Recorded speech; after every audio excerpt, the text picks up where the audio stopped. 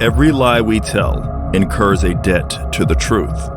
Sooner or later, that debt is paid.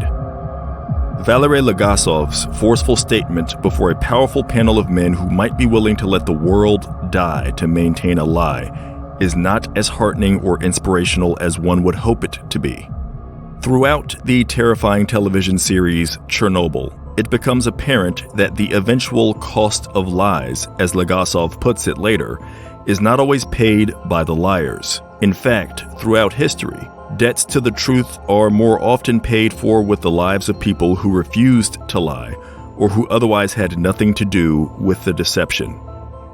It turns out, if you have sufficient money, power, influence, or some combination thereof, your falsehoods can come and go relatively consequence-free so long as they don't threaten people who possess even more of those assets.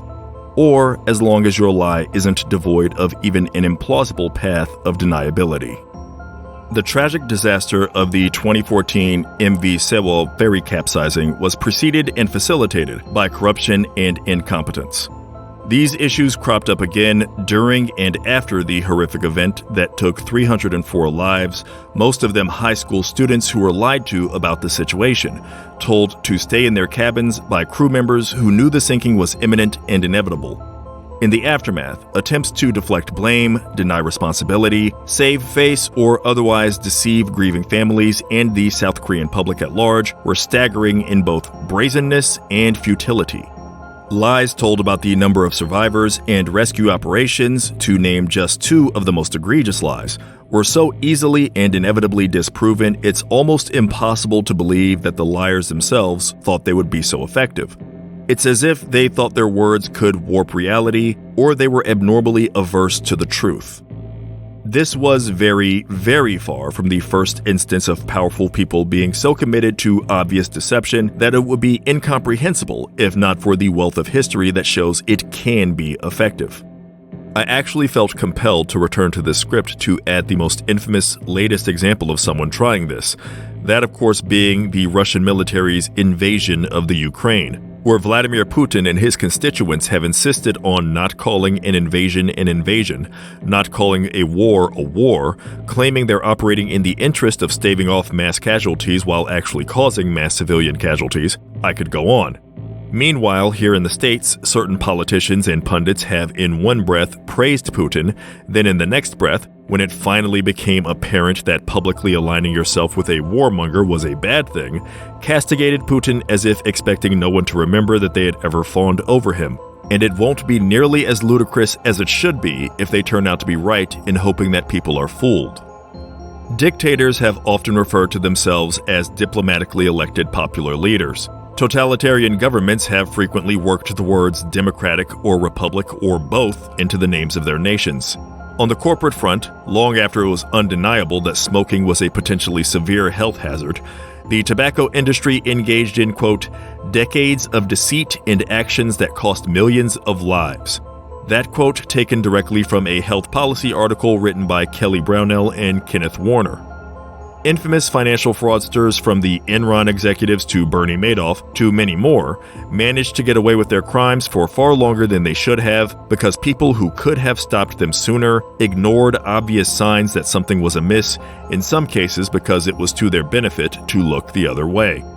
And although the global temperature is measurably warmer, winters are observably altered and the ice caps are visibly shrinking, those with an economic and political interest to do so have been denying the possibility of climate change, much less evidence of its immediate presence, for as long as the threat of it has been known. But bold lies met with a surprising amount of credulity aren't the sole domains of governments, corporations, and other prominent interested parties.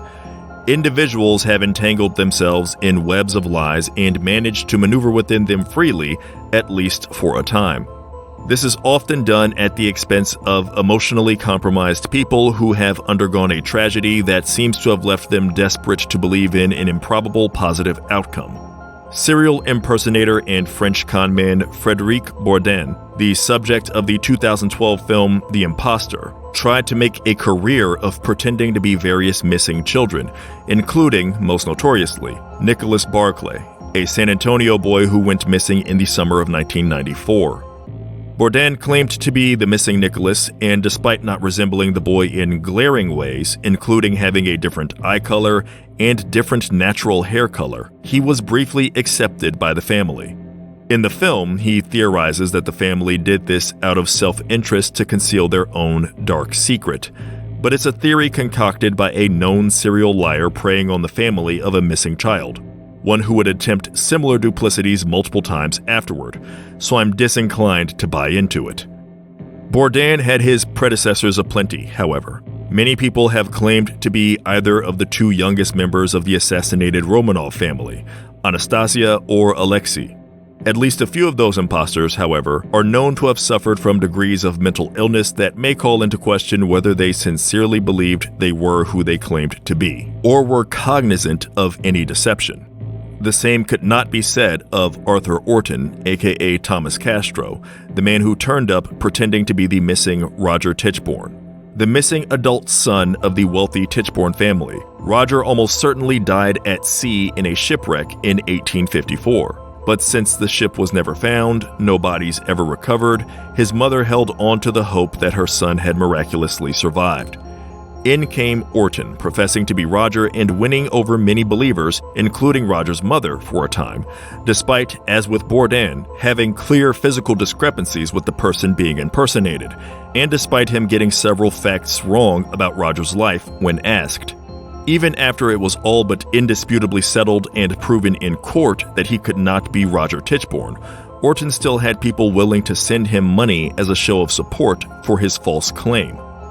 In each of these cases, the surprising success of the lie just digs the deceiver in deeper, raises the potential consequences for their actions, and compounds the stress they have placed upon themselves. The fear of being found out as a fraudster or falsifier is explored in several works of fiction.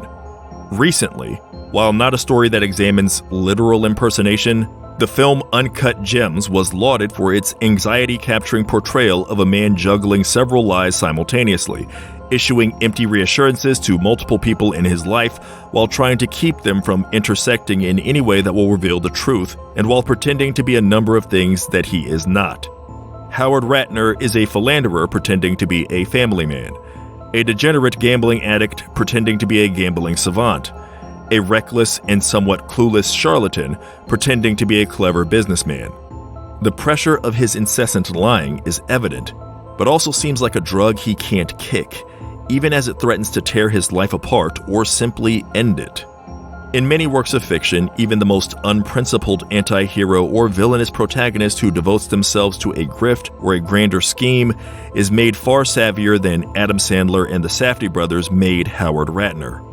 This is part of what helps Uncut Gems maintain a relatable tension for so many people. It's not just that it strives for verisimilitude with its constantly overlapping and loud conversations. It's not that the scenario is that much more down to earth than what you find in other comparable works. Most of us can't come close to relating to the experience of loaning a smuggled, expensive opal to a sports legend while holding onto said legend's championship ring for collateral, then pawning the ring for money to feed your gambling addiction, then seeing things go from risky to much worse due to the intervention of your criminal creditor brother-in-law who's tired of waiting for you to pay him back. I'd wager most of us don't know anyone who's been through anything like that. From a character standpoint, however, many of us have known someone who's at least temporarily been a Howard Ratner type, or we've had moments where we were Howard Ratner ourselves. Most of us, if our lies start piling up or become too large to remain easily hidden, are not masters of evasion and misdirection who have some luck on their side, like Iago in Othello or Thomas Ripley. We're not even like the lesser-known Robert Miller, the character played by Richard Gere in Arbitrage, a good film with some similarities to Uncut Gems, except its lead character begins the film in a far more favorable position to keep his lies going. And even though his assorted self-inflicted troubles make him anxious, he never quite reaches the edge of a breakdown and desperation that Howard does. He certainly never finds himself being held by his legs out of the window of his own shop by a wannabe mobster's muscle men. More of us, if we've ever told a lie or two or uttered a few half-truths that are coming back to bite us, have at least metaphorically found ourselves in Howard's position. At the mercy of other forces, our best hope to disentangle ourselves being a long-shot ploy that's still a gamble and that might still fail to save us even if it's successful. Giving ourselves the benefit of the doubt, however, one key difference between Howard and so many others living in fear of the repercussions of their duplicity is that many feel compelled to deceive by adverse circumstances. They're not lying to feed their compulsion to see if they can best the odds, Howard's ultimately stated motivation. Some people cheat or circumvent systems seemingly designed to bilk or disadvantage them at best. They seek alternative, perhaps extra-legal means to acquire necessary but overpriced prescriptions, for instance. Other people lie to those nearest to them for the sake of self-preservation. An abused spouse secretly saving money over time to better prepare themselves for when they leave, for instance. The two leads in one of my favorite horror films, the 2020 film His House, are carrying a dark secret and a world of guilt, all tied to a brief, terrible lie that led to even worse consequences. I'll have to spoil the movie to discuss this, so be prepared for that after the break. If you haven't seen it, I can't recommend it enough. I fell in love with it on first viewing, this story of a refugee experience and the horrible choices you're forced to make, the lies you may be forced to live when your world is ripped apart by war.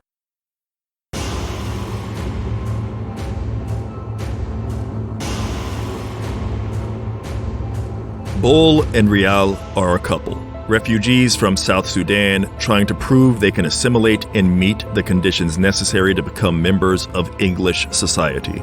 They endure prejudice even from some who look like them, who tell them to go back where they came from. But where they've come from, violent actors have made it so that people trying to live ordinary lives are thrust into extraordinary peril and hardships. As I mentioned before the break, I'll have to discuss critical plot points that aren't divulged until late in the film, as they're the parts that relate to this episode. As a whole, though, I have to stress how great this movie is. It's terrifying in both supernatural and very grounded ways. It's superbly acted, superbly directed. I gushed about the movie on my blog when I first saw it, and I haven't had any change of heart about it upon multiple rewatches. So while I usually let my spoiler warnings remain implied by the nature of the podcast and the announcement of the title of whatever work I'll be talking about, in this case I'm happy to make it more plainly known, as I'm also coupling it with my most enthusiastic recommendation. Watch this film. Throughout His House, it becomes increasingly apparent that Bol and Rial are fleeing something directly related to the crisis afflicting their home in South Sudan, and something that manages to be somewhat more than that as well. The violence and all that they have left behind cannot be escaped, not just because of the trauma of what others did to them, but the trauma of what they are responsible for. Early in the film, it is established that their daughter did not survive their journey in search of refuge, but things are not as they seem. We eventually flash back to an attack, a massacre on civilians, during which Bol and Rial try to board a bus taking people to safety. The bus, however, is already full, and the woman trying to close the door on them is at the point where she is only letting in those who have children. And there is Bol, his wife behind him, and next to him, a little girl quietly asking for her mother. She looks lost, likely shell-shocked. For all Bol knows, the girl's mother is already dead, and she'll now be left behind with no one left to speak for her or protect her. The sound of gunfire is getting closer. Gunmen in jeeps are driving toward them. He can save this girl by getting her on the bus, but that isn't the only reason he picks the girl up, claiming her as his own without explicitly saying it. After he and Rial are on the bus, the girl's mother spots her through a window while calling her name, Nyagak. Even if Bol wanted to undo what he's done, it's too late. The shooters are too close, the bus is moving. There's no time to let Nyagak off or her mother on, but it's clear enough that Bol does not want to change his choice even if he could, and Rial does not speak up either, though she appears even less comfortable with what is happening than Bol does. Still, all either of them could reasonably wish for in the moment, as Nyagak's mother calls for her child while futilely chasing the bus taking her daughter away for good, is that they were never put in such an awful position. It gets worse though. What is haunting Bol and Rial, psychologically and literally, is not just the guilt of absconding with this young girl, but of failing to save her life when their small, overcrowded refugee boat sinks in the English Channel. They are struggling with the fear of being found inadequate by their caseworker, who checks on them to see how well they will meet the criteria necessary for them to stay and not be deported back into a war zone. But what they grow afraid of is an eventual confrontation with the truth of what they did. One massive, terrible lie, told without being directly stated, the only good that could have come from it having drowned in the sea. As I said, they are not just tormented mentally by this, but in a much more physical sense. One of the things I love about the movie is that it doesn't eschew its supernatural setup in the end to say that it was all just in their heads, a product of their guilt. That can certainly work at times, but I tend to prefer stories that enthusiastically see their setups through. An Apeth, a night witch, has haunted them since they have moved into their current residence.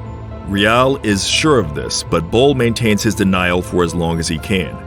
Rial's guilt stems from failing to prevent her husband from taking Niagak, but Bol is the one who picked her up. Rial participated in the lie, but Bol originated it, and he's the one trying harder to forget what was done.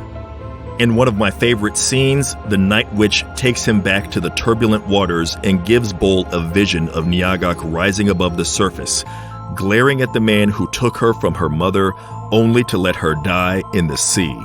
When he tries to cover his eyes, the Apeth gives him extra arms to pin his hands behind him. When he tries to turn his head, the Apeth gives him new hands that hold his head in place. And as he looks at Niagak at last, he repeats, "Pictures can't hurt me. Pictures can't hurt me."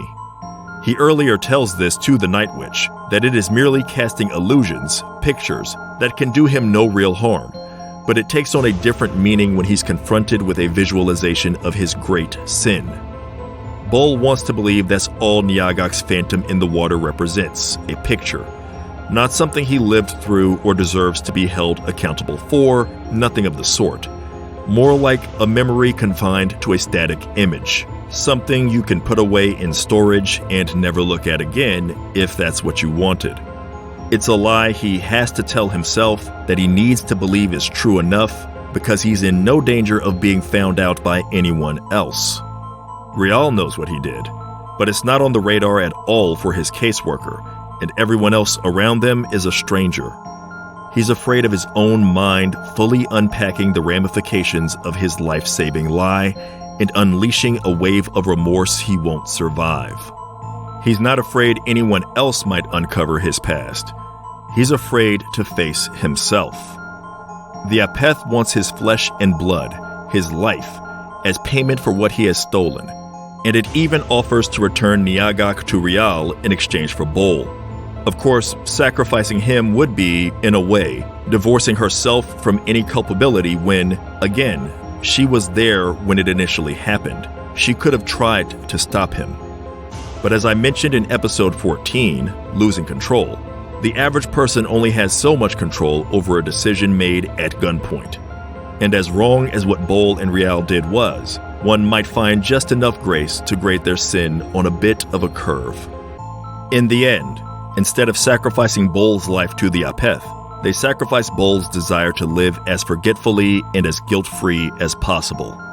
Rial helps him realize that Niagak's ghost, as well as all the ghosts of the others they left behind, the ones that they would have been if not for Bol making the split decision to take Niagak up in his arms, must live with them forever. His house is their house. While Rial was eventually far more active in Bol's redemption, she was far more of a passive participant in his initial spontaneous act of deception. Other lies may demand a little more forethought, preparation, and cooperation. The thing about involving someone else in a premeditated lie, however, is that you have to trust them to be honest with you, and you can probably already see the problem inherent with that considering your partner's requisite capacity for dishonesty, and they might be thinking the same of you, unless they're in a position of significantly greater power, which is very likely the case when you're making proverbial or literal deals with the devil.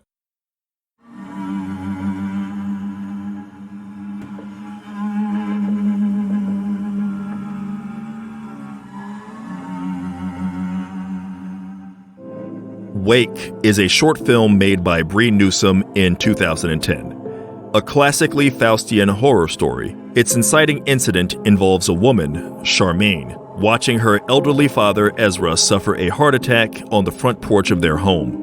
Were she merely content to watch, maybe all that happens next would still occur. Maybe the nitroglycerin pills he reaches for won't stave off this heart attack and he will die anyway. They're hardly a foolproof method for relieving heart attacks, and the one he's suffering might be too severe for a pill to stave off. Charmaine doesn't want to find out if that's the case. She snatches the pill box from her father's hand and lets him die. Based on the town gossip we're privy to at the funeral, Ezra was the domineering sort who sought to keep his daughter sheltered from the world, to the extent that she is now, quote, past the old maid point, end quote. Looking at her, that wouldn't be my conclusion, but standards of the time and location have to be accounted for. Charmaine lives in a rural North Carolina in what appears to be the pre-Depression era. Depending on the specific circumstances, even today, it might be difficult for a young woman to escape an overbearing parent's control for assorted reasons. But it was certainly that much harder to do in the time and place of this story's setting. There are other options besides murdering her father to seize the house and inheritance, along with greater control of her life, but she likely has no money and no skills to do anything on her own, by her father's design. Killing him in the way she does, arousing no suspicion, at least ensures she has a place to still call home. Charmaine wants more, however, and much like she wasn't willing to take a wait-and-see approach and hope for the best as it relates to what she wants regarding her father's heart attack, she isn't going to wait and see if a suitable suitor is going to walk into her life and take interest in her. She's going to make that happen. Out in the woods, she performs all the necessary root work to conjure a demon and make her request, bringing what appears to be her ideal man not only into existence, but directly into her bedroom. He's well-dressed, as handsome as the night is dark, and introduces himself as, quote, whoever you wish me to be.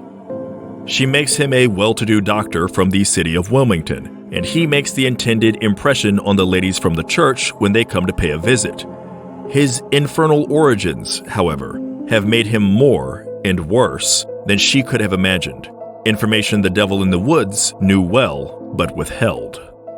Charmaine's honeymoon night goes awry in a manner unspecified, but when she returns to the woods to tell the demon to take her new husband back, she says that he is not a man, but a monster, and she clearly doesn't mean it in a figurative sense. Her deception and misplaced trust has brought her into a world of horror, and when she returns to her co-conspirator in the woods and asks it to take the man back, she is met with a threat and the instruction that if she wants to be rid of the man, she'll have to do it herself. The implication being, of course, that Charmaine isn't unfamiliar with murder. If she can do it to her own father, the least she can do is attempt it with this thing that isn't even human. Killing her father and the falsehood she had to promote to hide her action proved to just be the first in a series of deceptions that only dig her deeper into a pit.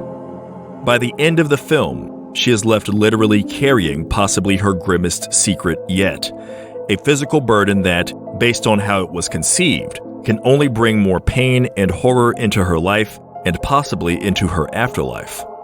And all of this stems from a decision that may have been opportunistic, but nonetheless premeditated.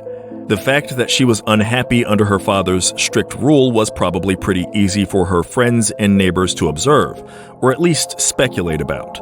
That she had a murderous will and desire, however, doesn't even cross their minds as they talk about her. I can only imagine the amount of energy it takes to maintain an innocent facade, all while thinking of how easy it would be to kill the person you want dead. Just snatch an old man's pills the next time he clutches at his chest. It's that simple, as long as you build up the nerve to do it. I imagine that had to be chewing on her mind day in and day out, along with all of the rites necessary to conjure her perfect man. We don't see her researching any of this in the aftermath of Ezra's death because she knew it all beforehand. In fact, part of the conjuration requires a little bit of dirt from her father's grave, something she pockets during his burial.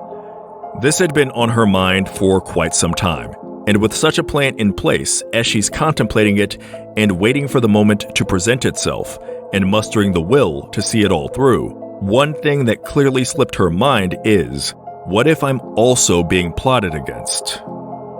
Paranoia comes in different flavors, as does just about anything human beings are susceptible to. Sometimes, those with devious plots and something to hide are so concerned with any flaws in their designs or with being found out that they're not nearly concerned enough about any collaborators doing unto them what they are doing unto others. Whether it was the demon in the woods, the conjured man, or something greater and eviler, that's a word, I promise, than either of them, something seized an opportunity to make Charmaine a vessel while she was distracted by getting what she wanted. The devils she interacts with are aware of what she's done, but they let her think they're as clueless as anyone else. The demon asks her how her father died, and its tone betrays that it knows the answer. Charmaine feels the need to lie to it anyway, a lie she repeats verbatim to, quote, the nicest, most Christian woman in town. It's like she thinks the demon is as easy to fool as her trusting, God-fearing neighbor. But the demon, like the man, obviously knows better. After waking from a nightmare of her father's death, Charmaine finds her husband awake and fully dressed, seemingly incapable of sleep, and reading aloud from the Bible about how God sees all. Even this is a bit of a misdirection. The immediate danger posed to Charmaine is not a God angry with her sin, but the devil dwelling with her. The thing she partnered with, got married to, had long dreamed of, and that could not have lived without her. The individual that introduced himself with a lie, claiming to be whatever she wanted him to be, and leading her to believe he would be as honest with her as she could be with herself.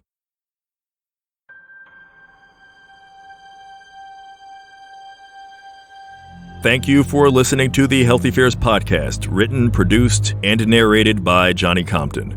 For transcripts and research notes, if applicable for each episode, visit healthyfears.com. Primary sources for this episode include the article The Perils of Ignoring History, Big Tobacco Played Dirty and Millions Died, How Similar is Big Food, written by Kelly D. Brownell and Kenneth E. Warner. Also, the video Meeting a Survivor from South Korea's Biggest Maritime Disaster, Sewol Ferry Tragedy, produced by Korea Now. If you are interested in any of my writing, my publication credits and links to some published stories can be found at johnnycompton.com. My debut novel, The Spite House, is currently scheduled to be released by Tor Nightfire on February 7th, 2023. The subject of next week's episode is disappearances for anyone who is interested. Until then, consider these words from French author André Malraux. Man is not what he thinks he is what he hides. And determine for yourself whether you think those words are the truth, a lie, or something in between.